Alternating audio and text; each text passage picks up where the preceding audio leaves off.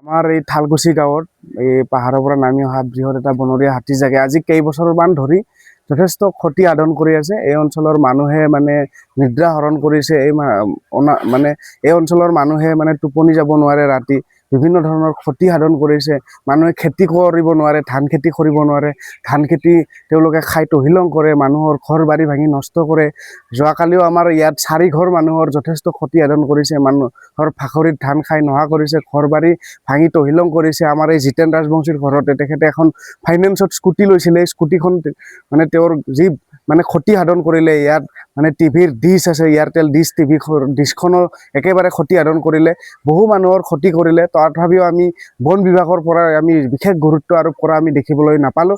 ইয়াত যদিও চৰকাৰী মানে ফেঞ্চিঙৰ ব্যৱস্থা কৰিছিল, ফেঞ্চিংখিনি একেবাৰে নিম্নমানৰ কাম কৰাৰ বাবে ঠিকাদাৰে এই ফেঞ্চিঙৰ পৰা আমাৰ ৰাইজে কোনো ধৰণৰ উপকৃত নহ'ল। আৰু আমি বন বিভাগক আমি দাবী জনাইছোঁ, তেওঁলোকে অন্তত এই অঞ্চলত তেওঁলোকৰ মানে বন বিভাগৰ ইয়াত স্থাপন কৰি তেওঁলোকে যাতে এই মানুহখিনিক সুৰক্ষা প্ৰদান কৰাৰ কাৰণে ব্যৱস্থা কৰিব লাগে।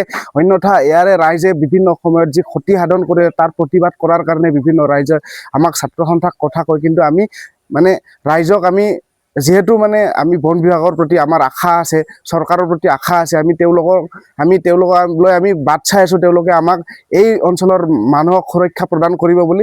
যদিহে এনেধৰণে তেওঁলোকে আমাক কোনো ধৰণৰ সুৰক্ষা প্ৰদান কৰিব নোৱাৰে, আৰু আচলতে আমাৰ এই অঞ্চলৰ মানুহে ইমান বেছি ক্ষতি হৈ আছে, কিন্তু আজিলৈকে বন বিভাগৰ পৰা কোনো ধৰণৰ ক্ষতিপূৰণ পোৱা নাই। ধান খাই তহিলং কৰি পেলাই, বিঘাই ধান খাই নষ্ট কৰি পেলাই, ঘৰ বাৰী ভাঙে, কিন্তু বন বিভাগৰ পৰাই কোনো ধৰণৰ ক্ষতিপূৰণ এতিয়ালৈকে আমাৰ এই অঞ্চলৰ মানুহে পাবলৈ সক্ষম হোৱা নাই। আৰু আমি বন বিভাগক দাবী জনাইছোঁ, তেওঁলোকে যি আমাৰ এই অঞ্চলৰ যি ক্ষতি সাধন কৰিলে, আজি 4টা পৰিয়ালক যি বৃহৎ ক্ষতি সাধন কৰিলে, এই ক্ষতিপূৰণ পাবই লাগিব। যেতিয়ালৈকে ক্ষতিপূৰণ নাপায় আমাৰ এই অঞ্চলৰ ৰাইজে ক্ষান্ত নাথাকে। আৰু যিমান কিঘৰ মানুহে হাতীৰ উপদ্ৰৱৰ ফলত ক্ষতি সাধন হ'ল, ঘৰ বাৰী ভাঙিলে, খেতি পথাৰ নষ্ট কৰিলে, প্ৰতি ঘৰ মানুহে ক্ষতিপূৰণ পাব লাগিব, উচিত ক্ষতিপূৰণ পাব লাগিব। ঘটনাটো কি হৈছিলে মানে যোৱাকালি ৰাতি 11:30মান বজাত 2টা হাতী আহিল। 2টা হাতী আহি কিনে মানে আমি কেইজন মানে খেদাৰ কাৰণে চেষ্টা কৰিলোঁ, কিন্তু বৰষুণৰ কাৰণে বেছি মানুহো লগ নাপালোঁতো, সেইকাৰণে মানে খেদিব মানে নোৱাৰিলোঁ। তাৰে পিছত হ'ল আপোনাৰ কি মানে ডাইৰেক্ট ঘৰৰ পিনে সোমাই আহি পেলাই আপোনাৰ কি হ'ল মানে মোৰ গোৱালি ঘৰটো মানে পূৰা চাৰখাৰ কৰি ভাঙি দিলে। তাৰপিছত গোৱালি ঘৰটো ভাঙিছে, মোৰ ইমান বেয়া লগা নাছিল, কিন্তু মোৰ বাৰাণ্ডাত মানে সদায় স্কুটিখন মই ৰাখি থওঁ।